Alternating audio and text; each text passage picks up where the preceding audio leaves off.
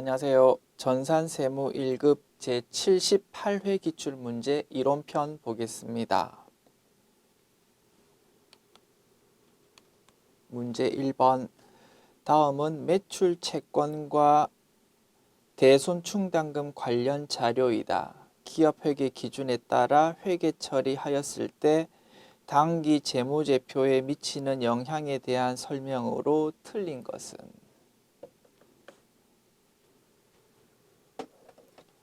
자, 1월 1일 기초 대손충당금 잔액 30만 원이고요. 6월 30일에 거래처 파산으로 매출 채권 5만 원을 대손 처리했답니다.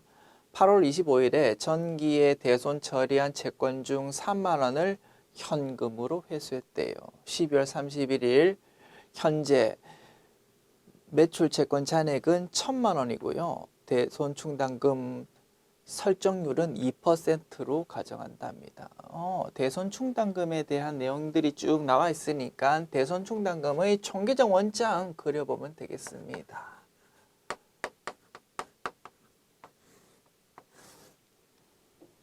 대손충당금 자산, 채권, 즉 남으로부터 받을 돈 성격의 자산 계정 과목에 대한 차감 항목이니까 나의 자리는 부채하고 동일하다 그지요? 나의 자리 오른쪽이다라고 볼 수 있겠고요. 기초금액 30만 원 이렇게 적어주고 거래처 파산으로 대손 처리 붕괴를 하면 대변의 매출 채권이라는 자산의 감소, 차변을 대손 충당금으로 기록한다 이겁니다. 그러면 대손 충당금의 총계적 원장에서 5만 원만큼이 왼쪽에 기록될 것이다. 8월 25일에 작년도에 대손 확정 붕괴를 했는데 생각지도 않게 돈이 들어왔답니다. 기분 좋지 그지? 차변에 현금 3만 원. 대변을 어떻게? 대손 상각비인지 대손 충당금인지 고민할 거 없이 무조건 대손 충당금으로 기록한다고 했습니다. 그래서 요 붕괴 를 대손충당금의 총계적 원장에 나타낸다면 오른쪽에 3만 원 기록하면 될 것이다. 자, 이제 기말 금액 1,000만 원 곱하기 2%가 대손충당금의 기말 금액이 되어야 된다. 그죠? 계산하면 20만 원 될 겁니다. 자, 이제 총계적 원장 정리합시다. 오른쪽 금액 합계해보면 33만 원 나오고요. 왼쪽 금액 합계해보면 25만 원 밖에 안 나옵니다. 왼쪽 오른쪽 금액 항상 일치해야 되니까 왼쪽 금액도 33만 원이 되어야 될 것이고, 그러려면 여기에 33만 원과 25만 원의 차이인 8만 원이 왼쪽에 기록이 되어야 될 것입니다. 대손충당금 총계적 원장에서 왼쪽에 기록된다는 말은 무슨 뜻입니까? 대손충당금이 감소되어야 된다는 뜻입니다. 붕괴로 나타내보면 차변에 대손충당금 8만 원 이렇게 기록되어야 되고, 그럼 대면에 뭐가 기록되어야 되는 겁니까? 일반적으로 12월 31일 기말수정 붕괴를 할 때는요, 대손충당금을 증가시키는 추가 설정 붕괴가 나타나는 것이 일반적인데, 이 회사는 오히려 대손충당금을 줄이는 대손충당금 환입이라고 불렀다 그죠? 그러한 회계 처리를 하는 회사다 이겁니다. 그럴 수도 있을 거다 그죠? 그래서 기말에 차변의 대손 충당금이다 그죠? 대손 충당금 8만 원 기록하고, 대변의 대손 충당금 환입이라는 요 계정 과목을 기록하는 회사다 이겁니다. 자, 분석 끝났고요. 틀린 내용을 찾는 겁니다. 1, 2, 3, 4번 중에서. 자, 1번 당기 대손 상각비는 마이너스 8만 원이다. 대변에 적히는 대손 충당금 환입, 요거 뭘로 분류된다고 했습니까? 판관비의 차감 항목으로 분류된다고 했습니다. 그거를 대손 삼각비 마이너스라고 표현하고 있다 이겁니다. 맞겠다 그죠? 넘어가면 되겠고요. 2번 기말 대손 충당금 잔액은 20만 원이랍니다. 맞다 그지요? 3번 8월 25일자 분계는 차변 현금 3만 원, 대변 상각 채권 추심이익 3만 원이다. 틀렸다 그죠? 대변이 뭘로? 대손 충당금으로 기록된다 이겁니다. 정답은 3번이고요. 동그라미 1번 지문이 다소 모호하기는 하지만 3번 내용이 확실하게 틀렸으니까 정답을 찾는 데는 문제가 없을 것으로 생각됩니다. 4번 지문 봅시다. 기말 재무상태표상 매출 채권에서 대손 충당금을 직접 차감해서 순액으로도 표시할 수 있답니다. 이런 내용 배운 적이 있다 없다? 없다고 제가 말씀 여러 번 드린 것 같아요. 우리가 시험을 치다 보면 모든 지문이 우리가 아는 내용으로만 구성되지는 않다 이겁니다. 때로는 이렇게 생소한 지문이 등장할 수도 있다. 그럴 때 어떻게 하라고요? 당황하지 말고 그냥 넘어가라고. 우리가 알고 있는 범위 내에서 이렇게 확실하게 정답을 찾을 수 있다 이거지. 되죠? 그 부분을 말씀드리고 싶습니다. 우리 기업회계 기준을 규정을 찾아보면 이렇게 되어 있답니다. 일반적으로는 대손 충당금에 대해서 어떻게 표시합니까? 재무상태표에. 채권에 해당하는 자산 계정 과목의 바로 아래쪽에 차감 형태로 표시를 하는 것입니다. 그게 일반적인데요. 기업회계 기준 규정 보면 그렇게 꼭 표시 안 하고 그냥 해당 채권 성격의 자산 계정 과목 금액에서 그냥 직접 차감해 가지고 그냥 그죠? 예를 들어서 요 회사의 경우 매출 채권 1,000만 원 이렇게 기록한 다음에 그 아래쪽에다가 마이너스 20만 원 이렇게 해가지고 1,000만 원 빼기 20만 원 한 금액이 이렇게 기록되도록 지금 재무상태표를 표시할 건데 요게 일반적일 건데 때로는 그냥 요 두 금액을 별도로 표시 안 하고 요 두 금 1,000만 원 빼기 20만 원 얼마입니까? 1,000만 원 빼기 20만 원 하면은 980만 원 나오거든요. 요 두 금액을 표시 안 하고 그냥 980만 원만 그냥 달랑 하나로 기록해도 그거 인정해 준다라는 규정이 기업회계 기준에 있기는 있더라 이겁니다. 그 내용을 설명하고 있는 거고요. 이런 거는 그냥 구경 한번 해두시고 넘어가시면 되겠습니다. 실무에서 아무도 관심 없는 규정인데 그냥 시험에서 한번 등장시켜 보았다 이겁니다. 아시겠죠? 그래서 강조드립니다. 요 내용 자체가 중요한 게 아니고 어떻게 시험 칠 때 때로는 좀 모르는 지문, 생소한 지문이 등장하더라도 당황하지 말자. 그거 꼭 강조드리고 싶습니다. 특히나 이러한 생소한 지문이 시험 초반, 즉 1번 또는 2번 이런 데 등장 많이 한다고. 그래서 잔뜩 수험생들이 긴장한 상태에서 이런 게 막 나오면은 자칫 흔들릴 수 있다 이겁니다. 그런 거를 노렸다는 생각이 다분히 듭니다. 그런데 놀아나지 마십시오. 자, 정리했고요. 지웁니다.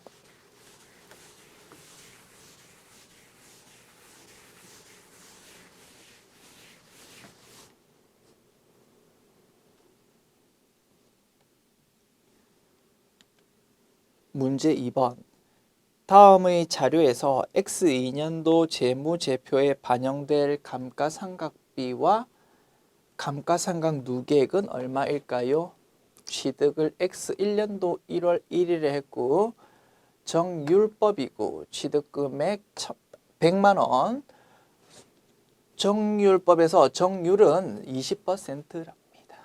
자, X1년도의 감가상각비 얼마입니까? 취득 원가 100만 원에서 기초 감가상각 누계액 0이다 그지? 첫 번째 연도니까 요거 곱하기 20% 계산하면은 20만 원 나옵니다. X2년도의 감가상각비는요. 취득원가 100만 원에서 기초 감가상각 누계액 이제 20만 원 된다 그지? 여기서 20% 곱하면 80만 원 곱하기 20%니까 16만 원 될 겁니다. 이렇게 X1년과 X2년의 감가상각비를 구해 보았고요. X2년도 재무제표에서 손익계산서에 기록되는 X2년도의 감가상각비는 얼마라고요? 16만 원이라고.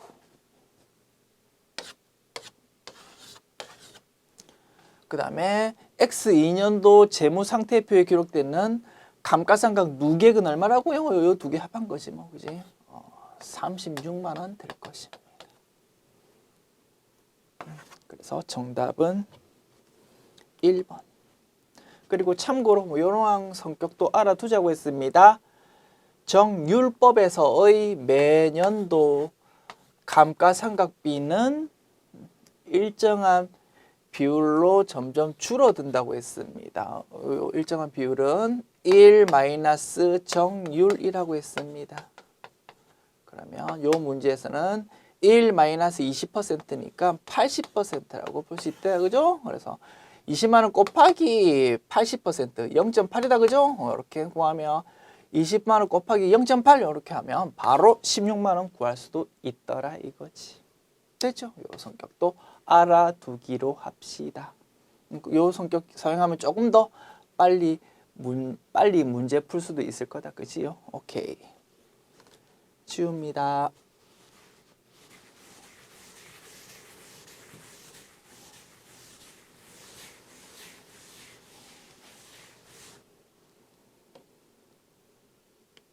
문제 3번. 주식회사 한결은 X1년 1월 3일 주식회사 서동의 사옥을 신축하기로 계약했답니다.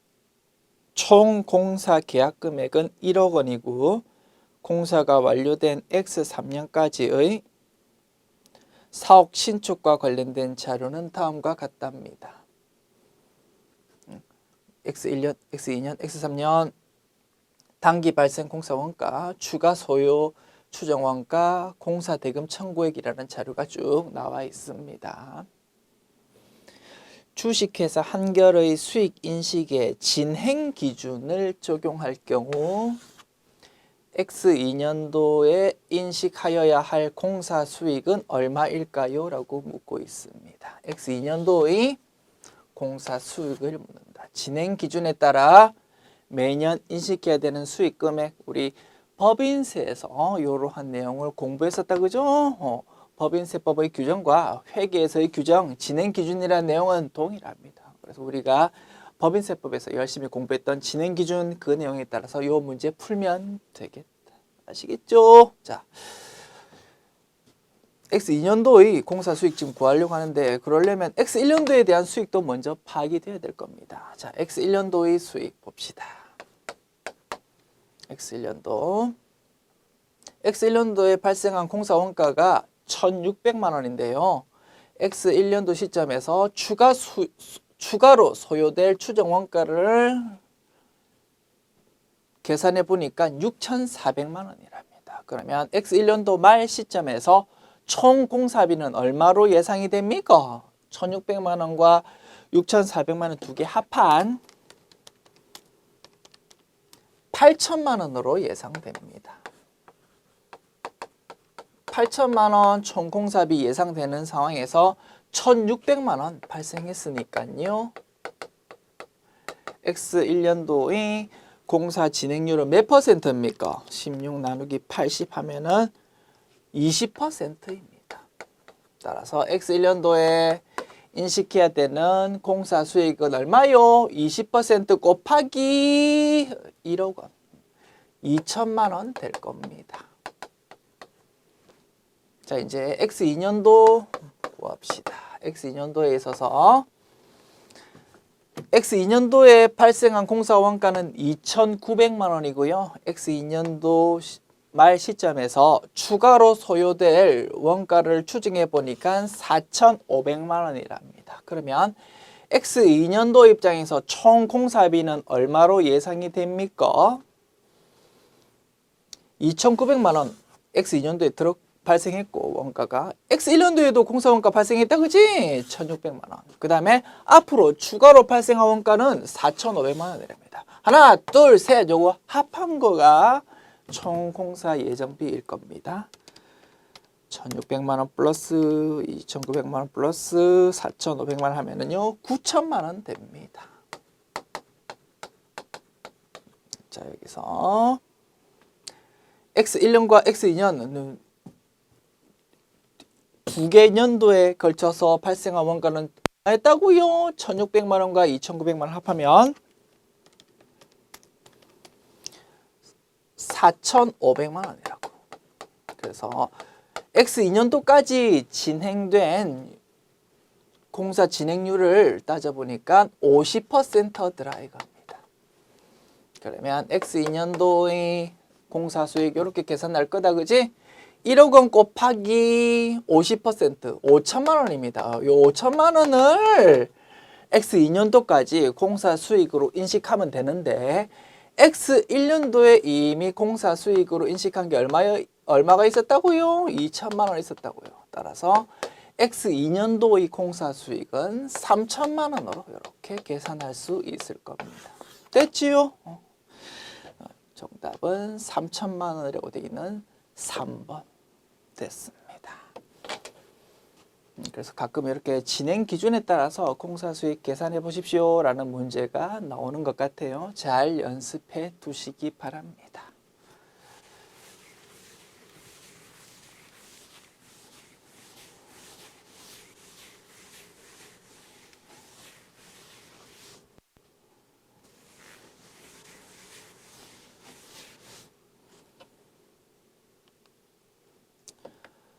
문제 4번 봅시다. 회계 변경과 오류 수정에 대한 설명 중 옳은 것은? 자, 1번 유형자산의 맞는 거 찾는 겁니다. 유형자산의 감가상각 방법을 정당한 사유로 인해서 정률법에서 정액법으로 변경하는 것은 회계 추정의 변경으로 본다. 맞습니까? 틀립니까? 맞습니다. 그죠? 일반적으로 회계 처리 방법을 바꾸는 것은 회계 정책의 변경으로 본다고 했는데 딱 하나 예외가 있었다. 그지? 뭡니까? 지금 보는 요겁니다. 감가상각 방법을 바꾸는 거는 회계 정책의 변경이 아니고 회계 추정의 변경으로 본다라고 강조드렸었습니다. 그 내용이 출제된 거고요. 따라서 정답은 맞는 거 찾는 거니까 1번이 정답이 되겠습니다. 그리고 2, 3, 4번 내용 확인해 볼게요. 2번 매출 채권에 대한 대손 설정률을 2%에서 1%로 변경하는 거는 당연히 수치를 변경하는 거니까, 그지? 회계 추정의 변경이 될 겁니다. 동그라미 3번 당기에 발견한 정기 또는 그 이전 기간의 중대하지 않은 오류는 어떻게 처리한다고요? 그냥 올해의 손익으로 처리한다고 했습니다. 그런데 요 3번 지문에서는 그거를 2월 이익잉여금이 반영한다라고 했으니까 그거 틀렸다 이겁니다. 동그라미 4번 회계 정책의 변경과 회계 추정의 변경을 구분하기가 어려울 경우에는 구분이 모호할 경우는 어떻게 본다고요? 회계 추정의 변경으로 본다고 했습니다. 그런데 동그라미 4번 지문에서는 회계 정책의 변경으로 본다고 했으니까 요거 또 틀렸다 이겁니다. 됐습니다.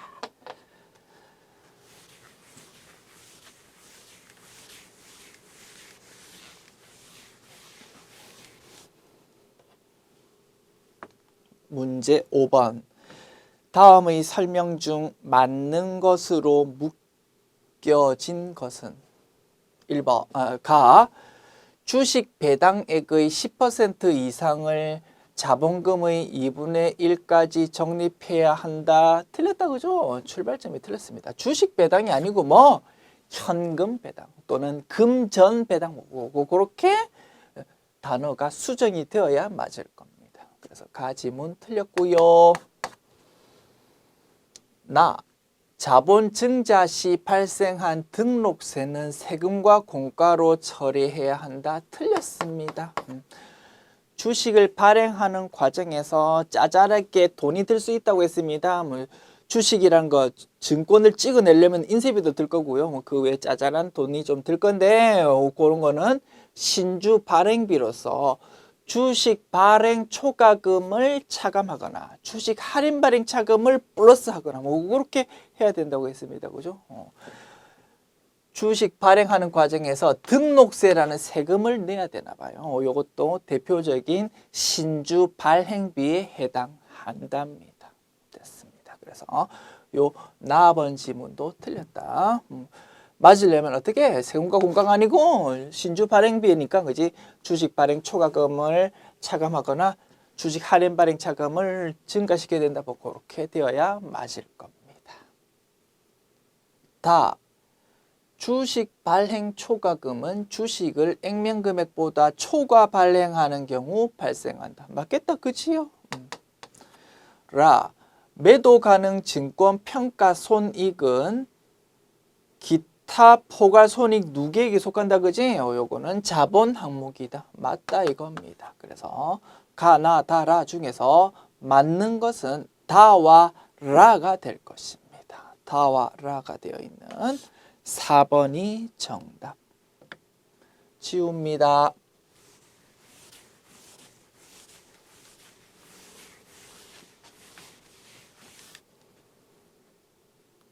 문제 6번.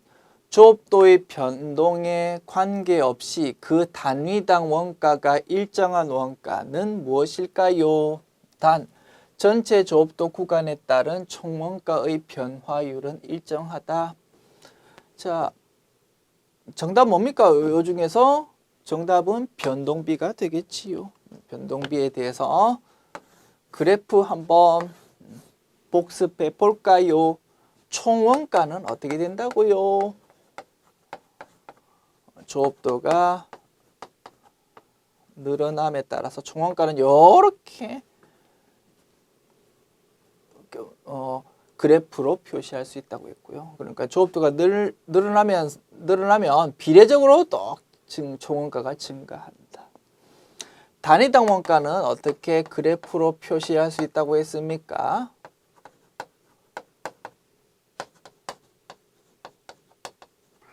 조업도가 늘더라도 단위당 원가는 항상 일정한 상태로 유지된다고 했습니다.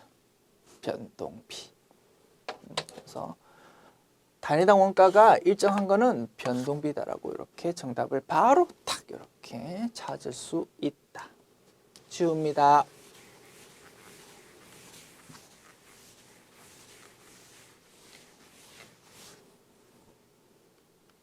문제 7번. 다음 중 개별 원가 계산에 대한 설명으로 가장 옳은 것은 1번 완성품 환산량을 구하는 것이 중요하다. 완성품 환산량 따지는 거는 종합원가 계산이다. 그지?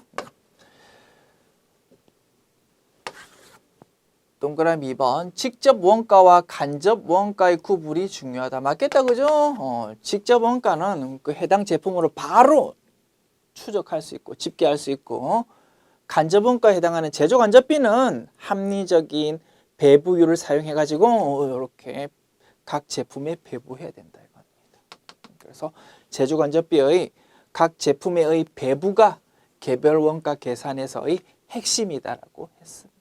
그렇게 핵심 작업을 하려면 먼저 직접 원가와 간접 원가로 그 원가를 딱 구분하는 것이 선행 작업이 될 거고요. 그거 중요할 거다 이겁니다. 정답은 2번이고 3, 4번 확인합시다. 3번 주로 소품종 대량 생산의 원가 계산에 사용된다. 소품종 대량 생산이면 종합원가 계산이다. 그지요? 동그라미 4번 종합원가 계산에 비해서 계산 과정이 단순하여 정확성이 상대적으로 떨어진다. 종합원가 계산과 개별원가 계산을 상대적으로 이렇게 비교하는 지문이 가끔 등장한다고 했습니다. 어떻게 우리 판단하자고요? 종합원가 계산은 완성품 환산량이라는 평준화된 개념을 사용해 가지고 좀 대충 원가를 계산하는 거다 보니까 계산이 좀 간편하다라는 장점은 있지만 정확성은 좀 떨어진다라고 볼 수 있다라고 정리했었습니다. 됐습니다. 그러면 개별 원가 계산은 종합 원가 계산에 비해서 상대적으로 계산이 좀 복잡하지만 정확도가 높다라고 볼 수 있는 거다, 그지? 종합 원가 계산에 비해서 계산 과정이 단순하다고 했으니까 이거 틀린 지문이고요. 정확성이 상대적으로 떨어진다고 했으니까 이거 확실하게 틀린 지문이다 이겁니다. 반대로 언급이 되어야 맞는 지문이 될 거다. 됐습니다. 그래서 정답 2번.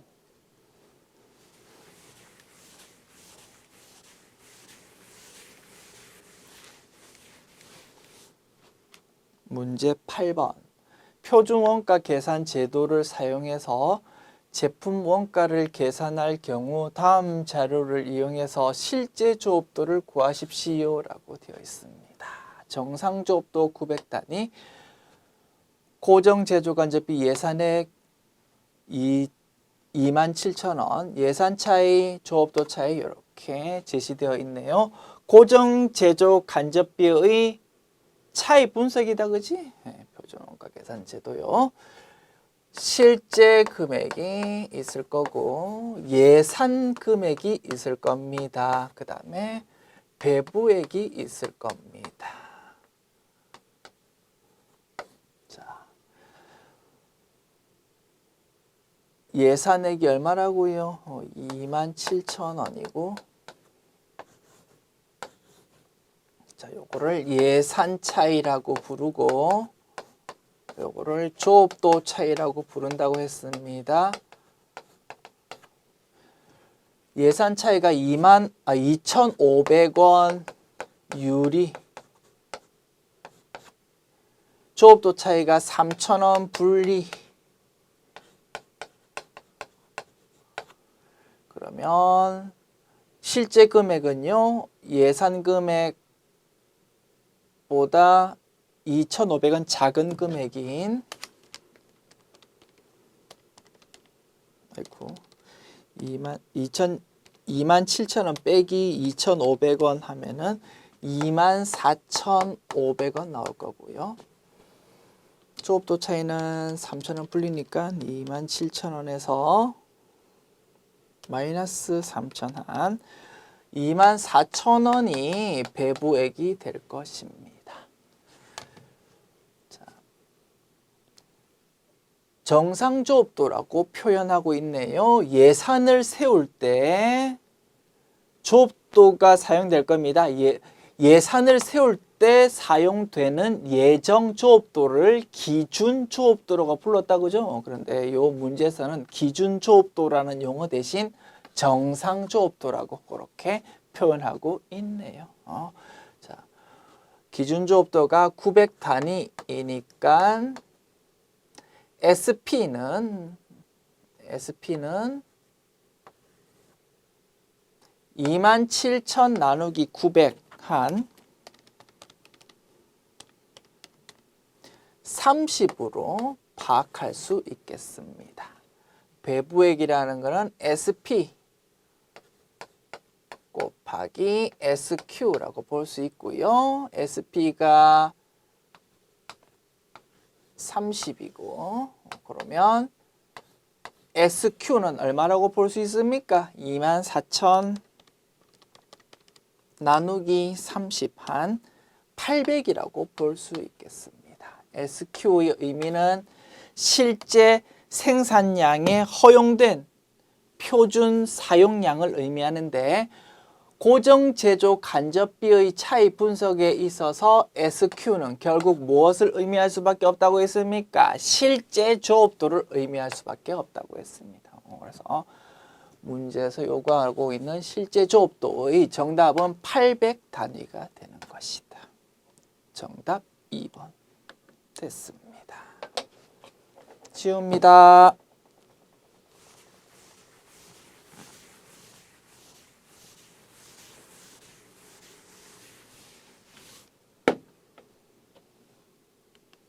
문제 9번. 다음 중 부문별 원가 계산에 대한 설명 중 틀린 것은? 1번 보조부문 원가를 제조부문에 배부하는 방법 중 단계 배부법은 보조부문 간의 용역수수관계를 완벽하게 고려하여 배부하는 방법이다. 틀렸다 그죠? 보조부문 간의 용역수수관계를 완벽하게 고려하는 방법은 뭐라고요? 단계 배부법이 아니고 상호배부법이었습니다. 그래서 1번이 틀린 지문이고요. 정답 1번 되겠습니다. 2번, 그럼 2, 3, 4 확인해 볼게요. 2번, 부문별 제조간접비 배부율의 장점은 각 제조부문의 특성에 따라 제조간접원가를 배분하기 때문에 보다 정확한 제품 원가를 계산할 수 있다는 것이다. 제조 간접 원가를 각 제품에다가 배부해야 되는데 그냥 바로 배부하는 것보다 부문이라는 개념을 사용해 가지고 부문으로 한번 딱 거쳤다가 배부하면 조금 더 정확할 수 있을 거다 이겁니다. 맞는 말일 거고요. 동그라미 3번 지문 봅시다. 부문별 원가 계산은 부문별 원가 요소를 집계한 후 보조 부문비를 제조 부문에 배부하고 제조 부문비를 제품에 배부하는 절차로 이루어진다. 맞는 말이겠지요. 일단 부문별로 원가를 집계합니다. 그 다음에 서포트하는 부문의 원가를 직접 제조 활동에 참여하는 부문으로 일단 보낸다 이겁니다. 그 다음에 이제 제조 부문비를 전부 다 이제 원가가 딱 옮겨왔을 거다 그죠? 그 다음에 이제 그거를 각 제품으로 배부하게 될 거다 이거지. 됐습니다. 맞는 질문이고요. 동그라미 4번. 재고가 존재하지 않는다면 어떠한 방법으로 배부하더라도 총이익은 달라지지 않는다. 이 부분도 중요하다고 말씀드린 부분이다 그죠? 서포트하는 부문의 원가를 제조 활동을 직접 하는 부문의 원가로 일단 옮기는데 옮기는 방법은 여러 가지가 있을 수 있다고 했습니다. 직접 배부법, 단계 배부법, 상호 배부법 뭐 그러한 다양한 방법이 있을 수 있는데 어떻게 하든 간에 결과는 어떻게 된다고요? 보조 부문에 있는 원가는 이제 기존에 뭐 얼마씩 딱 집계되었지만 그거는 이제 결국은 0이 돼버리고 그 원가는 전부 다 일단 제조 부문으로 간다는 측면에서는 똑같다 이겁니다. 그래서 A에 원래 있던 금액하고 B에 있던 금액 요 두 금액 요렇게 A에 얼마, B에 얼마 금액이 있다가 요 보조 부문비를 제조 부문에 보내는 그 작업이 끝나고 나면 A 금액은 결국 0이 되어 버리고요. B 금액은 A 플러스 B가 되어 버린다 이겁니다. 총액으로 따지면 전혀 변동이 없는 거다 이것이. 그거를 총이익은 달라지지 않는다라고 표현한다고 했습니다. 이 내용이 굉장히 중요하고 시험에서 이렇게 지문으로 자주 등장하게 될 것이다. 됐습니다. 쉬웁니다.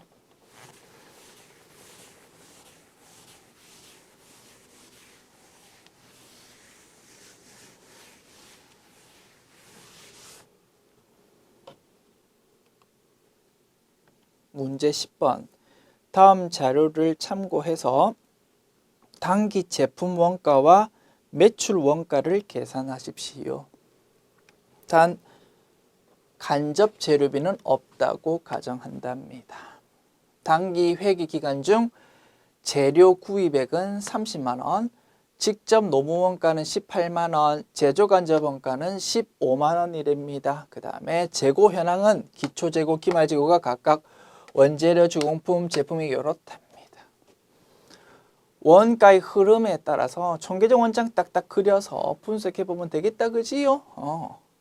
원재료에 대한 총계정 원장, 제공품에 대한 총계정 원장, 제품에 대한 총계정 원장 그려봅시다. 원재료, 제공품, 제품 전부 다 자산이니까 나의 자리 왼쪽입니다. 기초금액 왼쪽이 적히고요. 기말금액 오른쪽에 적힙니다.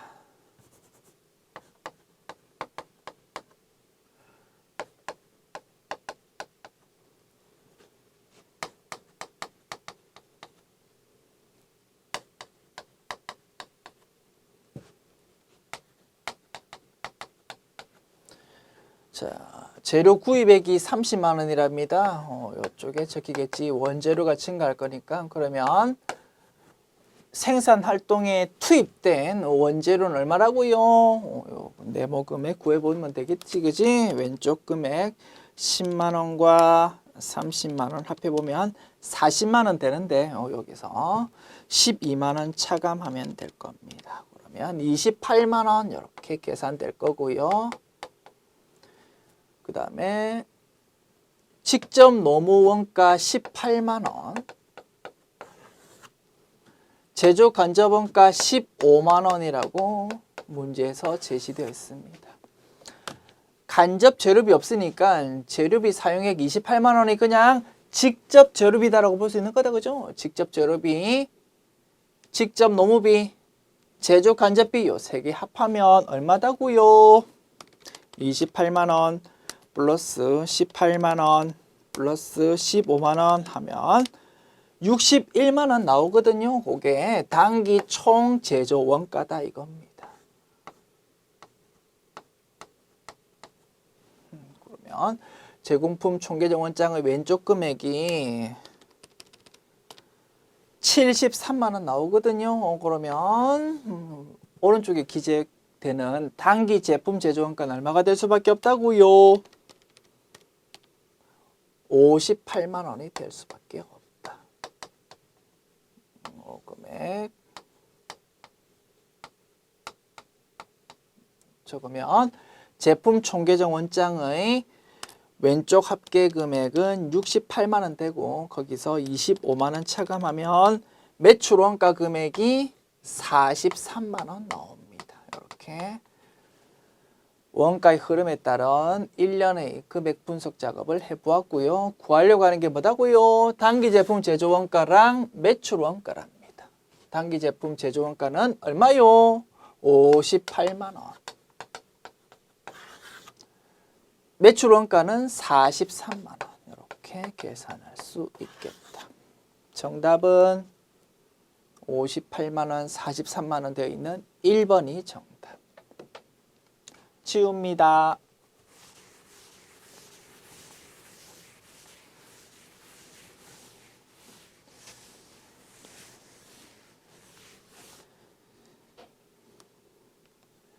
문제 11번 봅시다. 주식회사 한결이 임원 및 종업원에게 지급한 상여금과 상여 지급 기준은 다음과 같다. 이 경우 필요한 세무조정은 보너스 주었다 이겁니다. 임원한테 보너스 주고 직원한테 보너스 주었대요. 직원한테 주는 보너스는 법인세법에서 노터치입니다. 그냥 다 손금으로 인정한다 이겁니다. 그와 달리 임원의 보너스의 경우 회사 지급 규정을 초과해서 지급되는 부분을 어떻게? 손금 불산입한다고 했습니다. 그거를 실무에서 어떻게 부른다고요? 임원 상여금의 한도 초과액이라고 부른다고 했습니다. 됐죠? 그래서 이 문제에서의 필요한 세무조정은 임원 상여금 한도 초과액 2천만 원에 대해서 손금 불산입 소득 처분은 상여로 이렇게 하는 세무조정이 필요할 것이다. 정답 2번 되겠고요. 문제가 이렇게 출제되었는데 사실은 세법에서는 종업원이라는 용어를 쓰지는 않습니다. 이게 되게 애매모호할 수 있거든요. 정확하게 이왕이면 단어를 수정해가지고 학습하시는 것이 좋을 것 같아요. 임원하고 임원이 아닌 직원을 세법에서는 사용인이라고 부르고 있거든요. 종업원이라고 되어 있는 단어를 전부 사용인으로 이렇게 제대로 된 용어로 수정해가지고 학습하여 주시면 감사하겠습니다. 됐지요? 자, 지웁니다.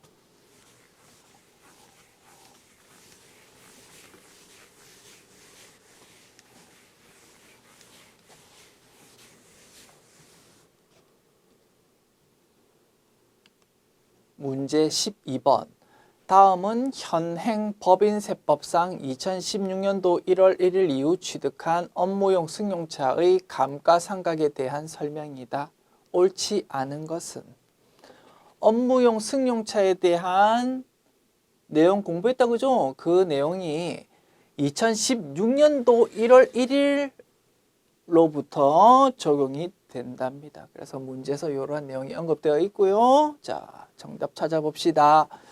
업무용 승용차의 감가상각비 계산할 때 감가상각 방법은 정액법만 적용하고요. 내용연수는 5년이고요. 감가상각비는 결산조정 항목 상임으로 신고조정으로 송금산이 불가능하다. 이게 틀렸다 그죠? 특징 세 가지 있었습니다. 정액법이고 내용연수 5년이고 신고조정 항목이고 이렇게 세 가지 특징 정리했었다 이겁니다. 그래서 정답은 틀린 지문은 3번이 되겠다. 4번 지문 봐갑시다. 감가상각비는 차량별로 연간 한도 800만 원을 원칙으로 한다. 맞다 그죠? 이러한 연간 한도 800만 원이란 거를 제대로 적용하기 위해서는 선행 작업이 필요했다 이겁니다. 뭐 신고조정 항목이라는 됐습니다.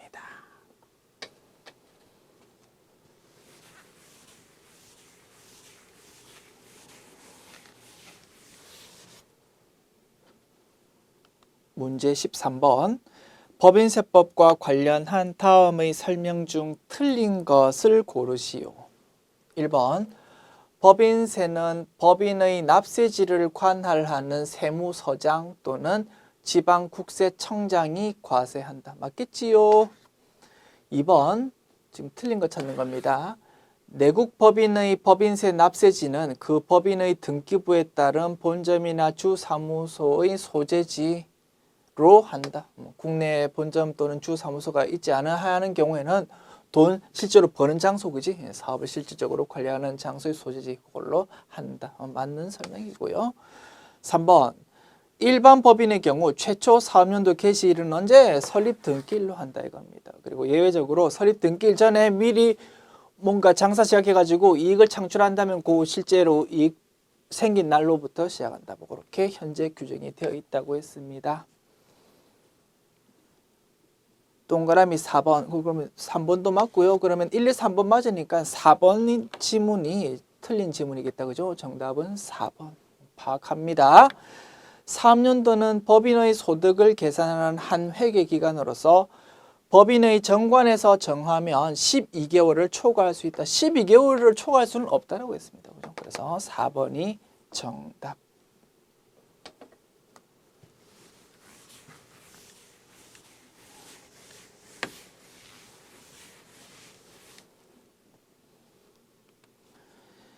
문제 14번. 다음의 사례에 대한 설명으로 맞는 것은 가. 회사는 식용 수산물을 유통하는 법인이랍니다.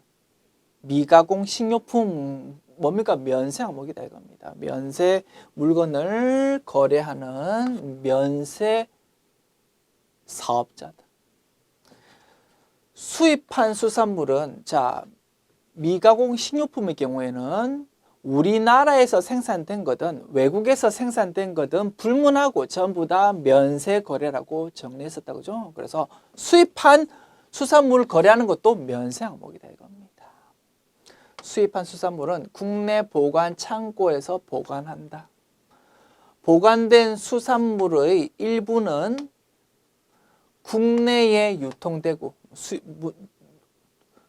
수산물을 외국에서 수입해가지고요 창고에 보관하다가 일부는 우리나라에 팔고 일부는 다시 포장 예쁘게 해가지고 수출한다 이겁니다. 됐습니까? 자, 회사가 유통하는 수산물은 전부 면세가 적용이 된다. 알고 있다. 자, 내용입니다. 회사는 면세 포기 신고를 했답니다. 면세 사업자는 그 물건을 수출하더라도 영세율을 적용받을 수가 없다 그지? 영세율이라는 거는 과세 사업자한테만 적용되는 거니까. 그래서 요 사람들은 수출하더라도 매입세 공제를 환급받을 수가 없다 이겁니다. 일반적으로 수출하는 회사가 과세사업자라면 영세로 지정돼 가지고 수출하는 거래에 대해서는 부가가치세 하나도 납부 안 하고 매입세 공제는 받아 먹을 수 있고 굉장히 유리한데 면세사업자들은 그런 게 안 되니까 어떻게 한다고요? 면세 포기 신고를 한다 이겁니다. 됐습니다. 자, 이러한 상황에서 맞는 내용을 찾아보자입니다. 1번 면세 포기는 과세기간 개시일 전 20일 내에 신고해야 된다. 이런 거 아니다. 그죠? 면세 포기는 언제? 지체 없이 하면 된다고 했습니다. 오늘 면세 포기한다고요? 그러면 어제까지는 면세 사업자고 오늘부터는 나는 과세 사업자가 된다고 했다. 그래서 지체 없이라는 것이 핵심 키워드라고 했다. 그죠? 따라서 1번 지문은 틀렸고요. 2번 회사는 언제든지 다시 면세 적용을 받을 수 있다. 이것도 틀렸다. 그죠? 한번 면세 포기하면 3년 있다가 다시 돌아올 수 있다고 했습니다. 1번, 2번 틀렸고 3번 봅시다. 보관 창고 비용은 공통 매입세액으로 안분 계산해서 공제받을 수 있다. 4번 지문 읽어볼게요. 면세 포기 신고로 인해서 수산물 매출은 전부 다 과세로 전환된다. 자, 3번, 4번 같은 논리로 파악할 수 있는 내용인데요. 자, 요 문제 다분히 실무적인 내용이고 다시 이러한 문제가 출제될 가능성은 별로 높아 보이지 않습니다. 가벼운 마음으로 구경해 보십시오.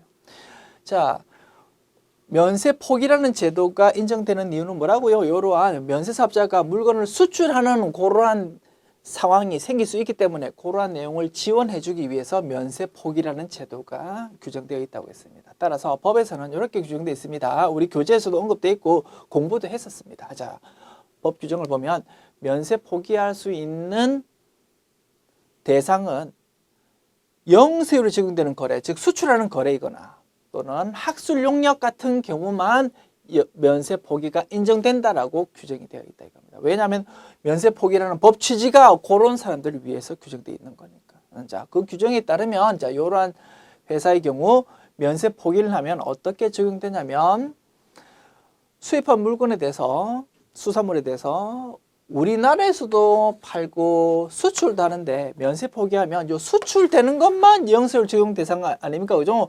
요거에 대해서만 면세 포기가 적용되고요. 국내에 유통하는 요 거래는 면세 거래니까 요 부분에 대해서는 면세 포기가 적용 안 되고 그냥 면세가 그대로 유지된다. 그렇게 규정이 적용된답니다. 그러면 이 회사 굉장히 좋다. 그죠? 매출에 대해서 부가가치세 납부할 게 하나도 없다 이겁니다. 국내에 유통하는 거래는 그 부분은 그냥 면세 그냥 그대로 유지하면 되고 그러면 부가가치세 납부할 필요 없고 수출하는 경우에는 그거에 대해서 당연히 영세율이니까 부가가치세 납부할 필요 없고 매입세 공제는 받을 수 있고 엄청 유리해질 수 있다 이겁니다. 아시겠습니까? 자, 그러면 동그라미 4번 지문. 면세 포기로 인해서 수산물 매출은 수출도 있고 국내 매출도 있는데 전부 다 과세로 전환된다. 요게 이제 틀렸다라는 지문으로 파악이 된다 이겁니다. 정확하게 되려면 어떻게 수산물 매출 중에서 수출하는 거래는 과세로 전환돼서 영세로 적용된다. 그렇게 해야만 맞는 지문이 되는 거다. 그래서 조금 다소 까다로울 수 있다 그죠? 이런 문제도 출제된 적이 있네요. 구경 한번 해보십시오. 그래서 정답은 3번이 되고요. 맞는 것을 찾는 거니까 4번 지문도 틀렸고 그래서 정답은 3번이 되고요. 3번 내용 읽어봅니다. 보관 창고 비용은 공통 매입세액으로 안분 계산해서 공제받을 수 있다. 창고에 보관하려면 창고 주인한테 돈 주어야 될 겁니다. 그죠? 월세 개념으로 돈 주는데 돈 주면 그 창고 주인으로부터 세금 계산서 받을 겁니다. 자, 월세가 100만 원이라고 가정할까요? 공급가액 100만 원, 부가가치세 10만 원 적혀 있는데 그거 10만 원 전부 다 매입세 공제 받을 수 있다 없다? 못 받는다 이겁니다. 우리 회사는 국내 유통에 대해서는 면세고 수출에 대해서는 과세고 그렇게 되어버리니까. 그지? 그래서 세금 계산서에 적혀 있는 부가가치세 금액을 면세 비율만큼은 발라내 가지고 불공제로 처리하고 과세 비율만큼은 공제받고 그렇게 하는 안분이 필요하더라 이겁니다. 됐죠? 조금 까다로울 수 있는 내용이 출제되었네요. 됐습니다. 말씀드리고 싶은 건 이겁니다. 뭐 이런 내용이 또다시 출제된다 별로 가능성 높지 않고 어떻게 시험 치다 보면 이렇게 우리가 생각하지 못했던 내용이 출제될 수 있거든. 내가 알고 있는 지식 범위에서 빨리 선택하고 넘어가는 것이 중요하다 이겁니다. 그거 강조드리고 싶습니다. 치웁니다.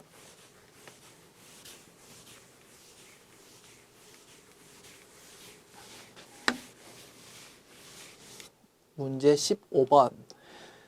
이세무 씨는 고용 관계없이 일시적으로 모교에서 특강을 하고 그 대가로 700만 원을 받았다. 이러한 상황에서 발생되는 과세 문제에 대해서 틀리게 설명한 것은 단 원천징수는 정상적으로 이루어졌고 종합소득 합산 신고 시 15%의 세율이 적용된다고 가정한답니다. 자, 고용관계 없이 일시적으로 특강하고 돈 받는다고요. 무슨 소득입니까? 기타 소득입니다. 기타 소득 중에서 인적 용역을 일시적으로 제공하고 받는 소득에 해당한다 이겁니다. 그 경우에는 필요경비율이 몇 %입니까? 2018년도에는요 70%라는 필요경비율이 적용됩니다. 그래서 700만 원 받은 것 중에서 70%가 묻지도 따지지도 않고 필요경비로 인정되고 30% 금액인 7321 210만 원만 기타 소득 금액으로 본다 이겁니다. 요거에 대해서 20% 원천 징수될 겁니다. 됐죠? 자, 그다음에 이세무 씨는요. 종합소득 합산 신고할 때 15%의 세율이 적용되는 사람이랍니다. 소득이 좀 별로 높지 않은 상황이다, 그죠? 자, 그런 상황에서, 자, 기타 소득 금액이 210만 원 있었었다, 이겁니다. 1년 동안의 기타 소득 금액이 300만 원 이하일 경우에는 분리과세를 선택할 수 있다라고 공부했다, 그죠? 선택할 수 있는 거다, 이겁니다. 요 210만 원에 대해서 세금 내야 되는데, 원천징수 됐잖아, 그지? 그래서 세금 일부 냈다고. 여기서 그냥 모든 요 210만 원에 대한 세금 납부 의무를 끝내버릴 수도 있고, 아니면 다른 소득이랑 요 210만 원이랑 합해가지고 다시 종합소득세 신고할 수도 있다 이겁니다. 그 신고하면은 원천징수를 통해서 납부한 금액은 기납부세액으로 고려가 된다 이거지. 됐죠? 그러면 이제 뭐가 유리한지 납세자인 이세무 씨가 선택할 수 있는 건데, 어떻게 판단하면 되겠습니까? 원천 징수될 때는 20%의 세율이 적용돼 가지고 세금 납부한 거고, 종합소득세 할 때는 종합소득세 신고할 때는 자신의 이제 소득 수준에 따라서 누진 세율이니까 세율이 있을 거다, 그죠? 그거하고 두 개 비교해 가지고 낮은 세율로 세금 내는 걸로 선택하면 된다 이겁니다. 이 사람은 다른 소득이 별로 높지 않은가 봐. 그래가지고 15% 지금 세율이 종합소득세 신고할 때 적용된대요. 그러면 어떻게 해요? 20%보다 15%가 세율이 낮으니까 이 사람은 오히려 분리과세로 선택하는 것보다 이 부분에 대해서 종합과세 선택하는 것이 훨씬 유리할 수도 있다 이겁니다. 됐습니까? 그 상황이다. 실무에서는 이런 일이 잘 있겠습니까? 없겠습니까? 잘 없지요. 대부분 기타 소득이 있는 사람들은요, 보면 세율이 15%가 아니고 요거보다 높은 뭐 24%나 뭐 35% 뭐 이런 것들이 적용된다고. 그러니까 요 20%보다 자신의 종합소득세 신고할 때의 세율이 높다 보니까 대부분의 경우 연 300만 원 이하의 기타 소득 금액이 있는 사람들은 다 분리과세를 선택하고 있는 것이 현실이다 이거지. 그건 현실이지만 이론적으로 보면 이런 경우도 있을 수는 있겠더라 이겁니다. 그거를 묻고 싶었다. 됐습니까? 자, 그러면 이제 답 찾읍시다. 틀린 내용을 찾는 겁니다. 낙서 좀 지우고, 자, 틀린 내용 찾는 거다. 일시적인 용역에 해당하는 경우 기타 소득으로 분류하고 의제 필요 경비 규정을 적용한다. 맞습니다. 그지요? 다음에 5월 종합소득세 신고를 하는 것이 세부담 측면에서 더 불리하다. 불리한 게 아니고 이 상황은 특이하게도 유리하다라고 우리 파악했다, 그죠? 그래서 틀린 내용은 동그라미 2번이 틀린 내용이고 정답 2번이 된답니다. 아시겠죠? 3, 4번 봅시다. 다른 소득이 없다면 추가적인 신고를 하지 않을 수도 있다. 맞죠? 그죠? 세금 좀 더 많이 낸다 하더라도 어쨌든 분리과세를 선택할 수도 있는 거다 이겁니다. 원천징수 세율은 총 수입 금액이 아닌 소득 금액에 대해서 적용한다. 20% 요거는 뭐 받은 금액이 아니고 필요 경비를 차감하고 난 소득 금액에 대해서 적용하는 것이다. 당연한 소리다, 그죠? 그래서 정답은 2번이 된답니다. 자, 이렇게 문제 정리해 보았고, 참고로, 자, 필요 경비율, 기타 소득에 해당하면서 인적 용역의 일시적 제공으로 돈 받는 경우에는 2018년도에는 세법 개정에 따라서 70%의 필요 경비율이 적용되고요.